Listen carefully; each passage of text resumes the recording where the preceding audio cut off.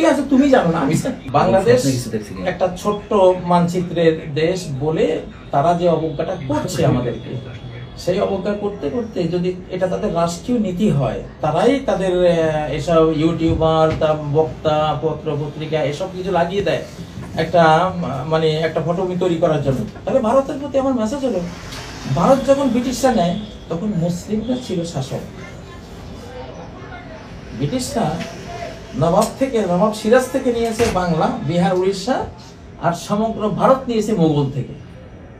বাংলাদেশও ব্রিটিশরা নিয়েছে মুসলমানদের থেকে এবং ভারতও নিয়েছে মুসলমানদের থেকে। আমরা আবার ফেরত চাই না, যেহেতু আমরা আমাদের সাম্রাজ্য মানে ভারত মুসলিম শাসক ছিল না। হাদিস এটা আছে যে আবার একবার মুসলিমরা ভারতের শাসন। তুমি ভাই শান্তিতে থাকো, তোমার দেশ নিয়ে, দিল্লি নিয়ে টানা আসা করার কোনো স্বপ্ন আমাদের নাই। তোমারটা নিয়ে তুমি তোমারটা নিয়ে থাকো, যদি আমারটা নিয়ে বাড়াবাড়ি করো তো তোমারটা নিয়ে টান দেবো ইনশাআল্লাহ। এবং তোমার কোনো ফরক না, তুমি যে বাহ্যিক উঠাইবে ওগুলি ভয় করি না। আমাদের হাতিয়ারগুলি মঙ্গলা শনির বেল্টে হাজার হাজার কোটি মিটিওর স্টেরয়েড ওখানে রেডি আছে, ওগুলো আসবে ইনশাআল্লাহ। আমাদের